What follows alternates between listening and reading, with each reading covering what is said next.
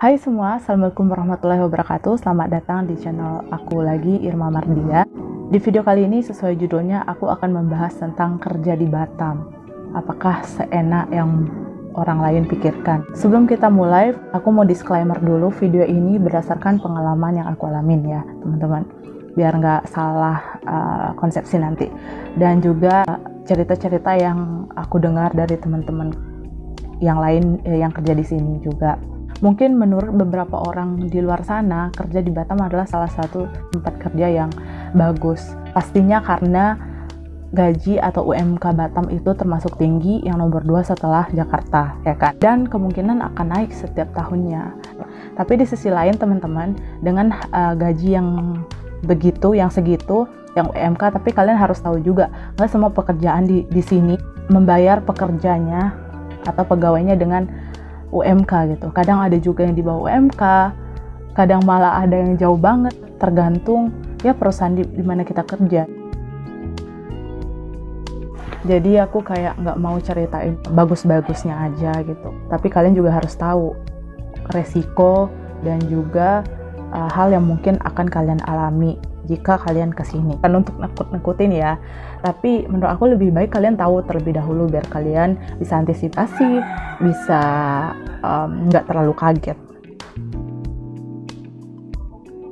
Jadi teman-teman, seperti yang aku bilang sebelumnya, UMK di sini lumayan tinggi. Tapi kalian harus tahu juga, kalian perlu tahu juga kalau biaya hidup di sini juga nggak rendah tempat kalian tinggal sekarang. Dengan UMK yang tinggi, maka inflasi juga naik. Harga-harga barang-barang di pasar juga naik, harga angkot naik, semuanya juga mahal gitu. Jadi tidak menjamin kalian bisa saving banyak uang karena di sini kehidupannya juga lumayan tinggi. Ya gitu deh tantangannya kalau kalian jadi anak perantau, pekerja gitu, atau punya kewajiban untuk ngirim ke keluarga di kampung, itu memang harus punya pengaturan keuangan yang baik biar semuanya bisa terbalance gitu, biar semuanya mencukupi. Aku udah jauh ngomong, langsung aja. IPK kamu tinggi luar biasa itu nggak ngaruh sama sekali teman-teman kalau kalian nggak punya skill di sini. Makanya setelah aku perhatikan ya, setelah aku observasi, perusahaan-perusahaan di sini yang menerima karyawannya malah lebih suka karyawan-karyawan yang memiliki sertifikat keahlian dibanding ijazah aja gitu. Ijazah tok, kalian apply, kirim CV kalian tok ke satu perusahaan gitu, dibanding orang yang punya sertifikat keahlian. Mereka bakalan milih yang punya sertifikat keahlian teman-teman. Alasannya kenapa? Ya menurut aku masuk akal, karena mereka mau cari yang lebih ahli, keahliannya yang lebih spesifik gitu. Misalnya, oh kamu punya sertifikat keahlian AK3, maka kamu akan mudah masuk jadi safety officer daripada orang yang cuman punya ijazah S1. Itu contohnya ya. Oke, lanjut ke ke nomor 2, yaitu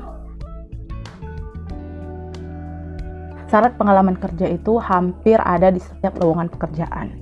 Lowongan-lowongan pekerjaan yang ada di sini, di Batam, mereka pasti mencantumin yang namanya pengalaman kerja. At least 2 years experience gitu, in the related field, pasti gitu.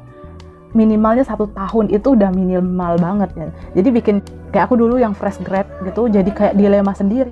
Itu makanya aku bilang tadi, kalau kalian fresh grad, kalian mau cepet cari kerja, mau CV kalian dilirik gitu sama HR, ya menurut aku cara lainnya adalah dengan ngambil sertifikat keahlian. Aku bilang hampir semua ya, tapi nggak semua banget. Ada juga beberapa yang mencantumkan masih fresh graduate, masih bisa diterima. Aku pernah punya cerita lucu tentang pengalaman ini ya teman-teman.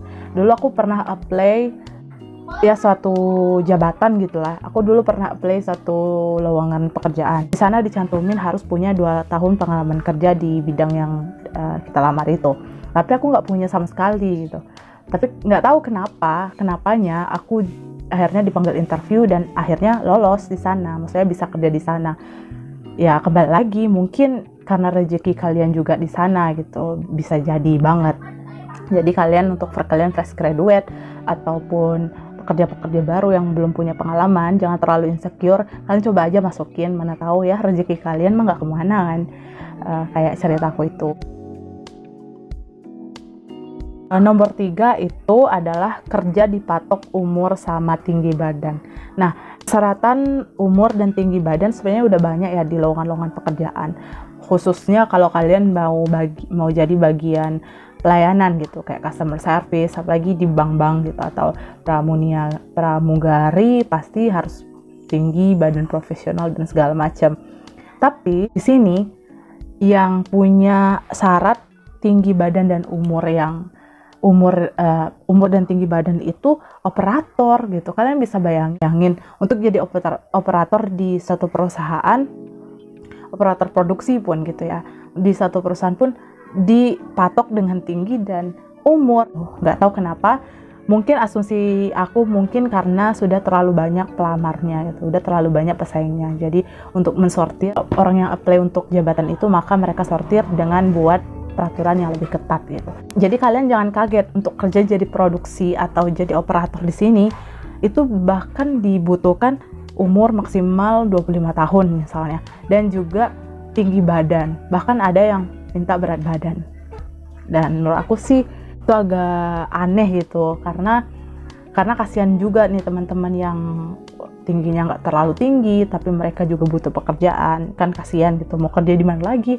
Itu kan padahal operator gitu. Tapi bukan kayak mau merendahkan operator, enggak. Cuman kayak terlalu diperketat banget ya. Alasannya mungkin karena terlalu banyak pelamar nih. Terus yang keempat, kalian jangan kaget di sini kalau kalian suatu saat masukin lamaran dan rupanya pesaing kalian itu banyak banget, ratusan orang. Karena di sini tuh wajar. Semua orang bakalan nyerbu satu PT yang buka lamaran, ditambah dengan lowongan pekerjaan yang nggak terlalu banyak gitu. Tapi dengan ribuan pesaing itu bukan berarti nggak mungkin untuk dapat kerjaan. Pasti ada kerjaan untuk kalian, ya tergantung rezekinya masing-masing lagi. Yang kelima, siapin biaya yang nggak sedikit. Nah, kenapa aku bilang kita butuh biaya di sini? Kalian butuh biaya untuk nyiapin lamaran gitu. Nah, nanti akan disebar ke perusahaan-perusahaan. Tapi setahu aku ya, sekarang selama pandemi dan selama kita punya teknologi yang bagus ya, sekarang perusahaan-perusahaan tuh udah mulai mau nerima lamaran melalui email, ataupun mereka buat link-link sendiri untuk bisa masuk untuk penerimaan atau rekrutmen karyawan mereka. Di sisi lain aku bersyukur karena perusahaan-perusahaan udah mulai mengaplikasikan hal ini, jadi kita bisa ngurangin kos-kos biaya yang nggak terlalu penting gitu. Karena sedih juga kan kalau kita udah print sana sini, udah ngeluarin 10-15 ribu untuk buat satu lamaran, tapi ternyata nggak diterima, cuman dibuang dan ditumpuk aja. Yang terakhir itu adalah pantang menyerah. Yang aku bilang tadi, dari poin 1 sampai poin 5, kesimpulannya ada di poin 6 itu. Kalian jangan pantang menyerah, udah ngirim banyak banget lamaran, udah ngirim banyak banget CV melalui email, melalui link, tapi belum ada juga yang dipanggil.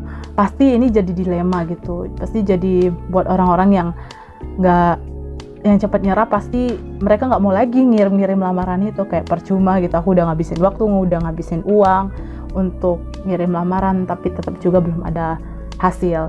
Tapi teman-teman, seperti yang aku udah bilang di poin, kita itu punya ribuan pesaing, jadi bukan kita aja nih yang pengen kerja di perusahaan yang buka itu, bukan cuman kita yang apply ke sana, ribuan orang. Jangan mudah menyerah, terus juga tetap sabar. Memang harus sabar banget cari kerja di sini karena lowongannya udah mulai sedikit, dan ditambah lagi pandemi yang kayak gini udah kayak double kill gitu ya, dan ditambah dengan pelamar yang semakin banyak, nanti itu bakalan buat kita lebih susah lagi untuk cari kerja. Tapi susah bukan berarti nggak mungkin ya, mungkin ada, cepat atau lambatnya kita nggak tahu. Kita selalu berdoa kepada Tuhan, kepada Allah untuk dibukakan rezeki, selalu minta doa sama orang tua, terus juga jangan menyerah, sabar, itu sih kuncinya. Dan juga tingkatin skill seperti yang aku bilang tadi. Oke teman-teman, semoga dengan cerita ini, dengan poin-poin yang aku udah bilang tadi, kalian bisa lebih prepare, lebih mempersiapkan diri kalau kalian memang ada niat atau berencana untuk kesini, untuk kerja, untuk cari kerja. Jadi kalian gak terlalu kaget. Semoga video ini bermanfaat untuk kalian yang nonton. Sampai jumpa di video selanjutnya. Bye!